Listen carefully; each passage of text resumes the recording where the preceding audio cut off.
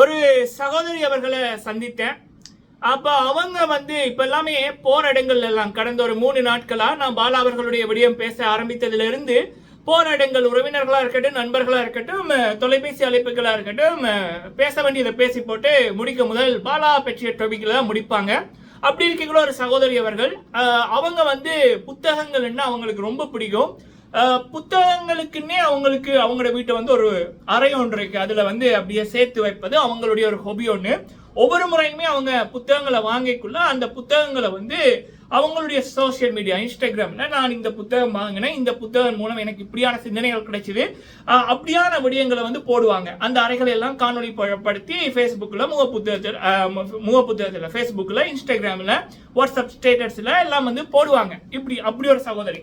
அப்ப அவங்கள பத்தி நான் மீட் பண்ண போவைக்குள்ள ஒரு காஃபி ஒன்று குடிச்சு போட்டு அவங்களுடைய அப்பா அம்மா இருக்கக்குள்ள அவங்க கேட்டாங்க, நீங்க இப்ப பாலா உதவி பண்றாரு, அதை ஏன் வீடியோ போடுறாரு, பப்ளிசிட்டிக்கு தானே பண்றாரு, அது நிறைய பேர் இப்படி சொல்றாங்கல்ல அப்படின்ற மாதிரி அவங்க என்னட்ட கேட்டாங்க. அப்ப நான் அவங்க கிட்ட கேட்டேன், உங்களுக்கு விவேக் சார் அவர்களை பிடிக்குமா அப்படின்ற மாதிரி.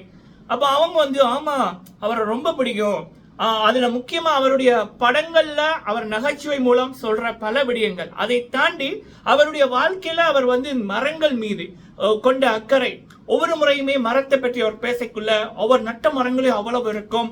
அந்த காணொலிகள் நான் பார்த்து லைக் பண்ணி நான் ஷேர் பண்ணியிருக்கேன். நான் எங்க வீட்டுல கொண்டு போய் காமிச்சாங்க. பின்னுக்கு பலா மரம், தென்னை மரம், இது எல்லாமே நான் ஒவ்வொரு முறையுமே அவர்கிட்ட காணொலிகளை பார்த்ததுக்கு அப்புறம் தேடி சென்று நான் வளர்த்தது. அவங்களோட ஊர்ல இன்னொரு வீடு இருக்கு, அங்கேயே ஒரு பெரிய காணி இருக்கு, அங்கெல்லாம் மரங்கள் இருக்கு. அப்ப அந்த மரங்கள் எல்லாம் விவேக் சார் அவர்களுடைய காணொலிகளை பார்த்து தான் நான் பண்ணேன் அப்படின்ற மாதிரி. சரி, அப்ப நான் அவங்கள்ட்ட ஒரு பதில சொன்னேன். அதுக்கப்புறம் தான் அவங்களுக்கு பல உண்மைகள் புரிஞ்சுது, பாலா சுத்தி என்ன நடக்குது. அப்ப விவேக் சார் அவர்கள் அன்றே சொல்லியிருந்தாரு, பாலா அவர்களுக்காகத்தான் அதை பண்ணாரான்னு தெரியல. அது என்ன விடயம் அப்படி என்பதை நான் சொல்லக்குள்ள உங்களுக்கு புரியும். ஃபர்ஸ்ட் டைம் வந்திருக்கீங்கன்னா மறக்காம சப்ஸ்கிரைப் பண்ணுங்க, உங்களுடைய கருத்துக்களை தவறாம சொல்லுங்க. வீடியோ விளங்கி இருந்தா உங்களுக்கு சரின்னா பல பேருக்கு ஷேர் பண்ணுங்க. என்னோட காணொலி மட்டுமில்ல, ஒரு நல்லவருக்காக பாலா என்ற ஒரு அப்பாவிக்காக குரல் கொடுக்கிற அனைவரது வீடியோக்களையும் நீங்க இருக்க சோசியல் மீடியால ஷேர் பண்ணுங்க, லைக் பண்ணுங்க, ஆதரவு கொடுங்க. ஸோ முதலாவது விடயம் அப்போ அவங்க சொன்னாங்க, விவேக் சார் மூலம் அவங்க விவேக் சார் அவர்கள் அந்த மரத்தோட அருமை, அந்த மரத்தை அவர் நேசிக்கிறது, அவர் அந்த மரத்தை ப்ரொமோட் பண்ணதை பார்த்துட்டு அவங்களும் அவங்களோட இருக்கிற வீட்லையும் சரி, ஊர்ல இருக்கிற பெரிய ஒரு காணியில் அந்த மரங்களுக்குன்னே நான் இப்படி பண்ணியிருந்தேன். அவங்களோட ரூம்ல எல்லாம் கூட அந்த சின்ன சின்ன பிளான்ஸ் எல்லாம் வச்சிருப்பாங்க. அதெல்லாமே போட்டோ எடுத்து வச்சிருப்பாங்க. இதெல்லாம் நான் இந்த வயசுல பண்ணேன், என்னோட பர்த்டேக்கு இதெல்லாம் நட்டேன். அதுக்கு காரணம் ஏதோ அமைஞ்சது அப்படின்னா விவேக் சார் அவர்கள் போட்ட காணொலி. சரி, அப்ப நான் அவங்கள்ட்ட சொன்னேன், விவேக் சார் அவர்கள் நிறைய உதவிகள் பண்ணியிருக்காங்க மனிதர்களுக்கு. அப்போ இலங்கையில ஜாழ்ப்பாணத்துல ஒரு ப்ரோக்ராம் ஒன்று நடந்துச்சு.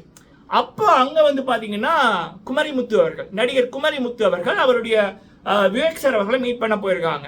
அப்ப அவங்களுக்கு ஒரு பண கஷ்டம், வாய்ப்புகள் பெருசா காலம் போக கிடைக்கல. அப்ப அவர் விவேக் சார்ட்ட சொல்லியிருக்காங்க, இப்படி யாழ்ப்பாணத்துல இலங்கையில ஒரு விழா நடத்துறாங்க.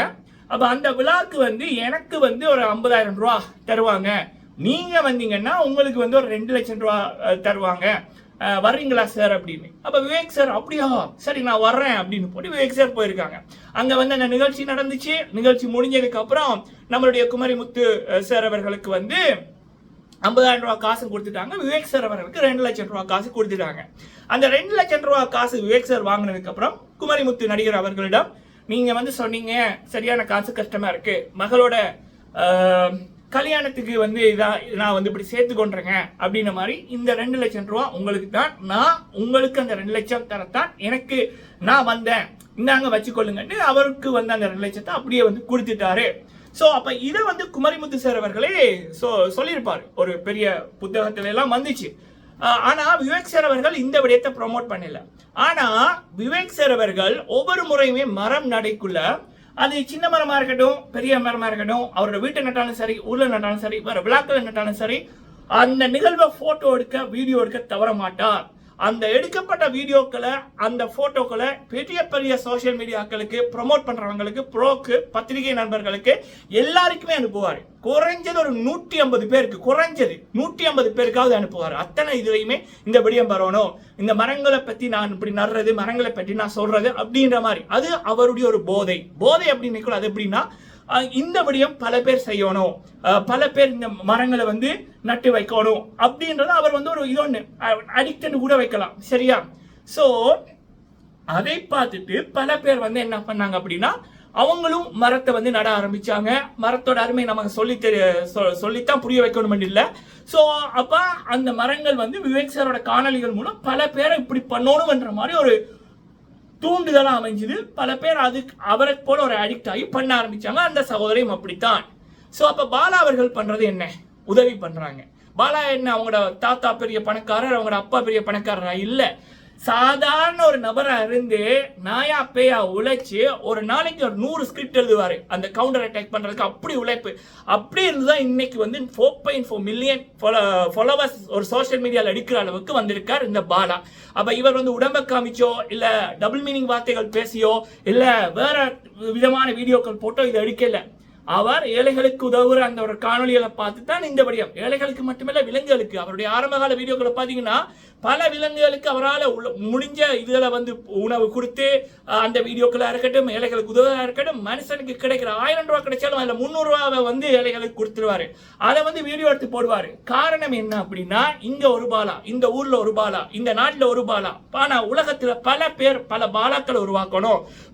இதன் மூலம் இன்னொரு உயிர் வந்து, அது மிருகமா இருந்தாலும் சரி, மனிதனா இருந்தாலும் சரி, அந்த பசி, அந்த உதவி செய்ய யாருமே இல்லையா அப்படின்ற அந்த ஒரு கேள்வி, ஏக்கம், அழுகை இதெல்லாம் இல்லாம போகும் இல்ல.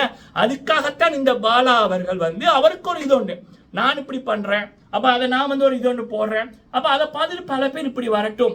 விவேக் சாருக்கு எப்படி மரம் நடுறது, அதன் மூலம் பல பேர் மரம் நடணும் அப்படின்றது ஒரு போதையோ, அதே போலதான் பாலா அவர்களுக்கு இந்த உதவி, நான் உதவி செய்யறேன், இதை போல பல பேர் உதவி செய்ய வரணும் அப்படின்ற மாதிரி அவர் பண்றாரு. அவருடைய காசு, அவருடைய இது அவர் பண்றாரு, அது நல்லதுக்கு பண்றாரு.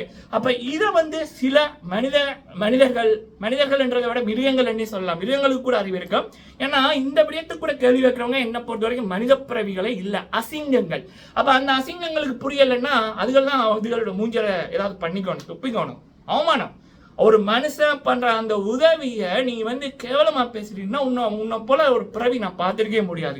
யாரு பாலாவை இந்த காணொலி இவன் ஏன் போடுறான்னு கேட்டீங்களா, நீங்க எல்லாமே அசிங்கம் பிடிச்சவர்கள் தான் என்ன பொறுத்த வரைக்கும். சரிங்களா? கேவலமான விடயம் நீங்க பண்ணி கொண்டிருக்கிறது. ஸோ அப்படி இருக்கக்குள்ள நான் இந்த விடயத்தை சொன்னேன். அப்படி இருக்கக்குள்ள அந்த சகோதரி மன்னிப்பு கேட்டாங்க. அவங்க கடவுள்கிட்ட ப்ரே பண்ணாங்க, என்னோட மனசுல இருந்த இந்த கெட்ட இதுக்கு மன்னிச்சிருங்க, நானும் பாலாவை போல நான் இனிமேல் பண்ற உதவிகளை எப்படி இப்ப மரங்கள் நடுற, இந்த புத்தகங்கள் வாங்குறத நான் வந்து ஒரு வீடியோ போடுறேனோ, போட்டோ எடுத்து போடுறேனோ, அதே போல இனிமேல் உதவிகள் செய்யறது காணொலிகளா வரும் அப்படின்ற மாதிரி அந்த சகோதரி சொன்னாங்க. சரிங்களா? அப்ப அதோட அவங்களும் அர்த்தம் பண்ணி கொண்டு வந்தாங்க. புத்தகம்ன்றது மனிதனோட நண்பன் அப்படின்வாங்க. ஒவ்வொரு முறையுமே புத்தகம் வாங்கிக்குள்ள அந்த புத்தகத்தை காமிச்சு அதை பற்றி சொல்லி போடுவாங்க. ஏன் அவங்கள போல பல பேர் அதை போல புத்தகங்களோட அருமை தெரிஞ்சு புத்தகங்களை வாங்கணும், புத்தகங்களை பற்றி அருமைகள் பல பேருக்கு சொல்லணும் அப்படின்னு. இதுவும் ஒரு போதை. அப்ப ஒரு மனுஷனுக்கு பிடிச்சது அது ஒரு நல்ல விடயத்தை அடுத்தவர்களோட பகிர்ந்து கொள்றாரு. அடுத்தவர்களும் இப்படி பண்ணா நல்லா இருக்கும். பல பேரோட கண்ணீரை துடைக்க பல இடங்கள்ல பாலாக்களை உருவாக்க முடியும். பல பேருக்கு நிலங்களை கொடுக்க பல இடங்கள்ல விவேக் சாரை உருவாக்க முடியும். பல பேருக்கு நல்ல சிந்தனைகளை கொடுக்க புத்தகம் பற்றிய அறிவை இந்த சகோதரியை போல உருவாக்க முடியும்னு பல பேர் அவங்களுடைய விருப்பத்தை அவங்க பண்றாங்க. அது நல்லதுக்கு பண்றாங்க.